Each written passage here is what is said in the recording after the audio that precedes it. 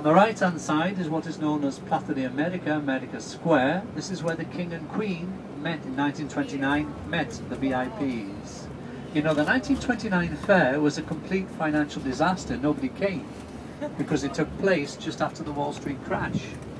But as I say, it's left the city with glorious buildings, like the largest of all the pavilions in 1929, which represents the country's wealth in those days. This was the Argentine Pavilion. Nowadays, this is the National School of Flamenco Dance. All the dancers that you'll see tonight will probably have been here. On the left-hand side, an annex of the dance school these days, this was Guatemala's pavilion. As you can see, the quetzal and the name Guatemala. So now we're coming up alongside the river. The river Guadalquivir is just on the left-hand side, but here we're going to turn right. And as we do turn right, immediately on the left will be a fountain with a statue. And the statue is of Juan Sebastian Elcano, who was born in the Basque Country.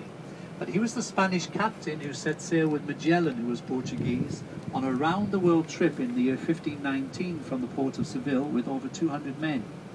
3 years later, only 18 of them came back, led by Elcano. Magellan and the majority were killed in the Philippine Islands for the first real round-the-world voyage. And so this is why we have the statue of Juan Sebastian Elcano coming up on the left-hand side as we turn right. All this area off to the right is known as the Maria Luisa Park. 40 degrees it says out there now on the left. Maria Luisa was a Bourbon princess in the 19th century here, who before she died gave her private gardens to the city. So we have this huge park off to the right. So there's the fountain with Elcano on the left. We have the jacarandas still in bloom here. This is very strange. All the vegetation is topsy-turvy because of global warming and things like this. Trees and plants are flowering at strange times. We have more pavilions, which I'm not going to tell you the names of because we're going to be covering this as part of our city tour, remember, tomorrow. But coming up shortly on the left-hand side, you're going to see a huge building.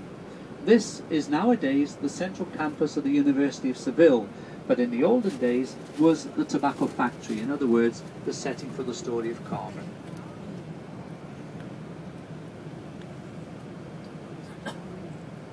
And before that, it was a cavalry fortress. That is why it has a moat around it. Never seen a tobacco factory or a university with a moat around it. For the swimming team. I'm sorry? For the swimming team.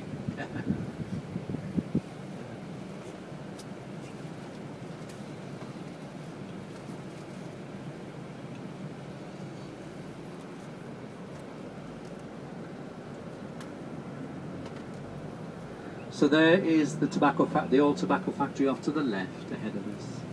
In the middle we have a statue of El Cid, the famous Spanish folk hero, actually sculpted by an American lady called Anna Huntington.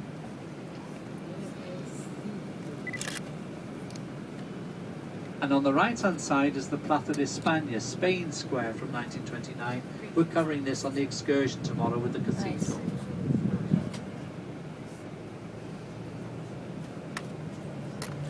You can see, if you take a look around 11 o'clock in the distance, you can see through the tops of the trees the top of a tower. Yeah. That is the Christian addition onto the original minaret, which is the third of the 3 sister towers.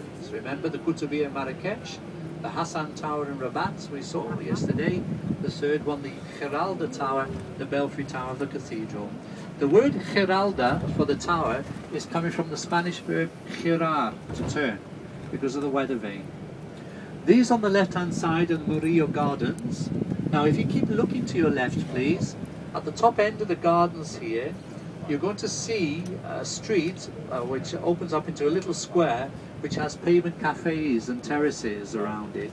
This is where I say you should walk to this afternoon, and then just head off to the left of us into that area. All of that is the Santa Cruz. We will be going through there on our city tour, but it is full of charm. And you can take all the photographs you want instead of being on the group tour with a local guide moving from A to B.